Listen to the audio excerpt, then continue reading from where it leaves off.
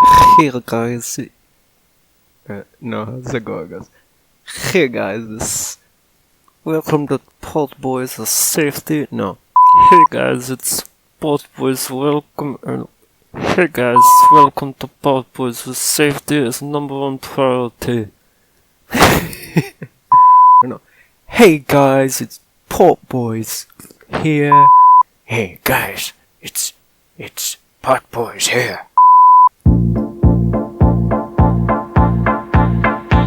Hey guys, it's Pop Boys live from the internets.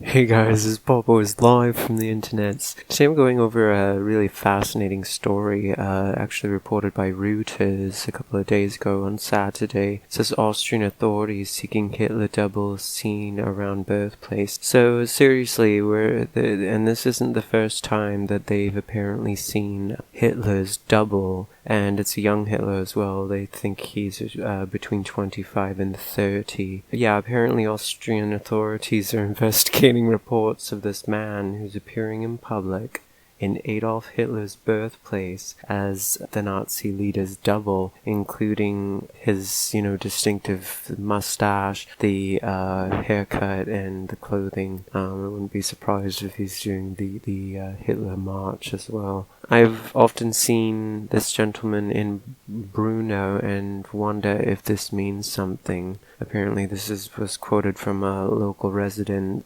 in Nachrichten, was reported in the Nachrichten paper, as well as saying on his Facebook page, alongside a picture of the man who he said resembled Hitler. So Hitler, if you don't know, was born in Brno am Inn, then part of Austria-Hungary, back in 1889. So apparently prosecutors confirmed the report. The man, estimated again between 25 to 30 years old, was last seen in a local bookstore browsing through magazines about World War II, adding he had identified himself in a local bar as Harald Hitler. So fucking weird. On at least one occasion, he was photographed in front of the house where Hitler was born. Austria's parliament voted in December to buy the home that Hitler was born in. It's a 3-story home, and the government basically has rented it since 1972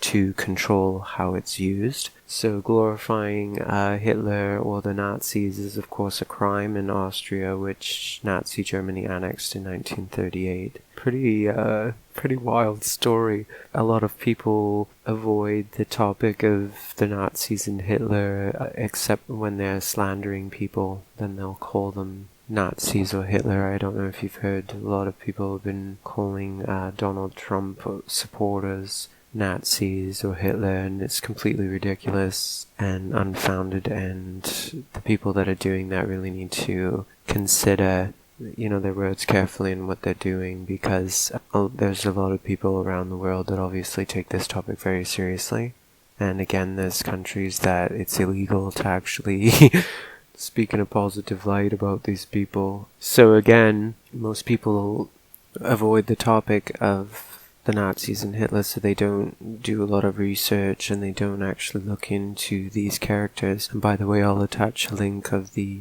Reuters story in the description. But yeah, when you look into it, Hitler was after a lot of things. They hinted around on it in the Indiana Jones movie, and the one with Shia LaBeouf. So if you haven't seen it, you should maybe check it out. There's a few hints there. But as well as the other ones, they mention it in all of them actually, which is kind of strange as well, because now it's just a really taboo subject right now. I'm not sure exactly what's going on, but I've been called it several times on social media. A few years ago, I used to comment quite heavily on politics, and got actually quite a big following on Twitter from the political scene. But yeah, there was even like former lawyers and that, and it's just really weird when you see people that are that old and they're attacking young people, suggesting that they it's strange. It's strange to me. But anyways, this Hitler's double shows up, okay, in Austria in 2017, right? Apparently, one of the things that Hitler was into was the study of time travel. And they had invented, or as the story goes, and of course they're just rumors because, who knows. Apparently there is a bell, that big large bell thing that he invented was a time-traveling device. So, again, if you haven't, researched it, you would have never heard of this, and of course they don't talk about it in, public schools or anything. You don't really get, in-depth information. They're giving you little crumbs, right? So there's this thing that they built, it's called the Die Glock, a Glock, I'm not sure, I think it's pronounced Glock, which is German for the bell, and was purported like a top secret Nazi scientific technology device, a secret weapon, or a Wunderwaffe. So described by Polish journalists, it was later popularized by military journalist Nick Cook, as well as by writers Joseph Farrell and others who associated with Nazi occultism and anti-gravity or free energy research. So that's pretty important to understand, okay? They knew that the free energy and the anti-gravity energy actually, or potential for it, existed. So they were heavily researching this. And yet we rarely hear about it. They put it in the movies as a little hint because they can get away with it because it's a movie, so it's make-believe, right? So according to Patrick Kiger, who's a writer for the National Geographic magazine, the Die Glock has become a popular subject of speculation, and following similar to science fiction fandom exists around it, and other alleged Nazi miracle weapons or Wunderwaffen. Reviewers such as former aerospace scientists express skepticism that such a device ever actually existed. So the NASA scientists are denying its existence. So it basically it came about in about 2000 when a writer brought up the Die Glock, and ever since then it's sort of, the Nazi bell has sort of slowly become a really popular topic in conspiracy theories.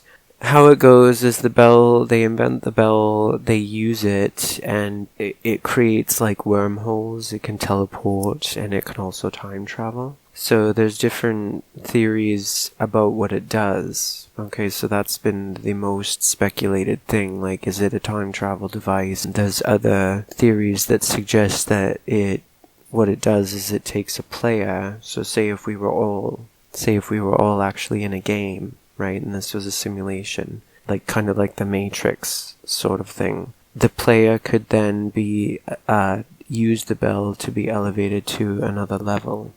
So think about that for a minute if you want to space out.